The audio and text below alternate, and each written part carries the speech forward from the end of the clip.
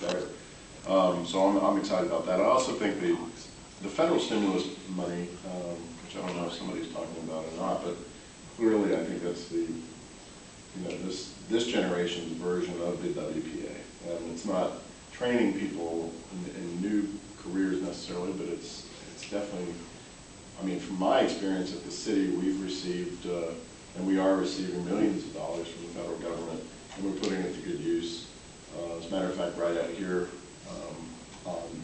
just off of Adamo over here, we drove by and there's a sign up there that, the ARAR money at work, and that's a part of that, $22 million city water project is funded, with some help from the federal government.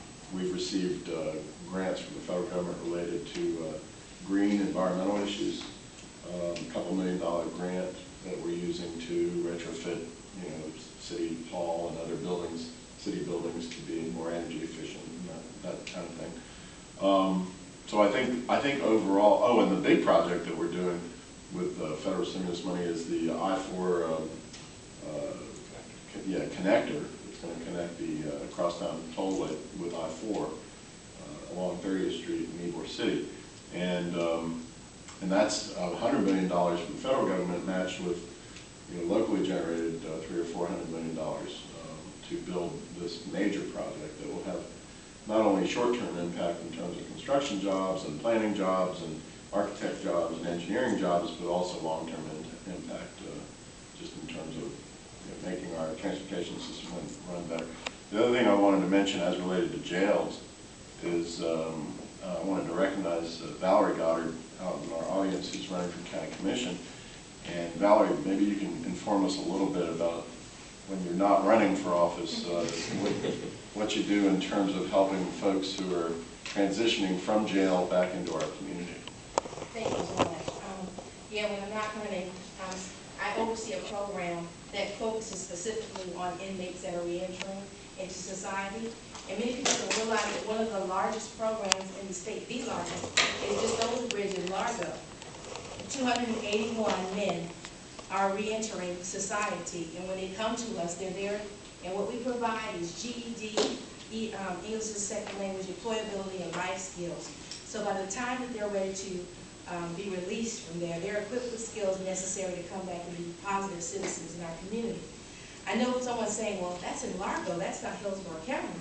But 40% of the population, and it depends on, every 6 months or so, between 40 and 50% of those inmates are Hillsborough County residents.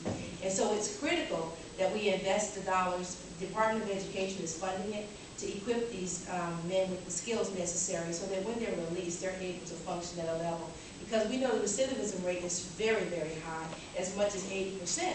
Well, about 75% of the guys there do not have a diploma or a GED. So in order for them to become employable, they have to be equipped with skills so that they can go to work. So I see that every day and realize that when we equip these guys with the skills and also work and develop relationships with employers that enable them to be hired, we create a workforce now that stays off the street and doesn't recommit crimes. So we're really excited about that, and actually are looking at expanding that program because we've been very, very successful in the outcomes with these guys. If I can circle back on one point you made as far as WPA and the federal stimulus, I do think there is some analogy there that's valid, and I think part of the problem we're seeing here is that this is so much of a back-end process. We're waiting, especially in construction. We're going to wait until the end of this year or into next year to start seeing those jobs flow. Shovel-ready. Shovel-ready. A different meaning than shovel-ready. Exactly. I think the connector project won't see its peak on employment until sometime in the middle of next year, more than a year away.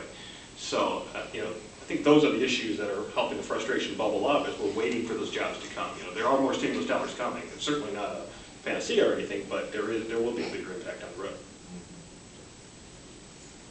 Sure, thank you very much. And Valerie, appreciate your input on that, because that is an issue that hits close to my heart, especially when I do receive a lot of emails, and I ask some of the other people to send emails about what their questions were. People with records, they're having an impossible time finding jobs, and like I said, building those relationships with employers who are willing to hire them. and being able to pay their taxes and live, afford their rent, things like that. So I appreciate everything that you do with that program. Absolutely, and I think it's important when you're talking about tax credits. I think it's important for us to realize what a large portion of our workforce that they are, and we need to make sure that we encourage and educate employers, potential employers, of the tax credit benefit in hiring these guys. I will tell you that there's never a week that goes by that I'm not impressed with the skills that these guys have. It's amazing to see the talent that is behind the walls, as we say. And so with the intervention that we're providing, we increase the likelihood that they become tax-paying citizens going forward. So thank you for the initiative. Thank you. Appreciate it.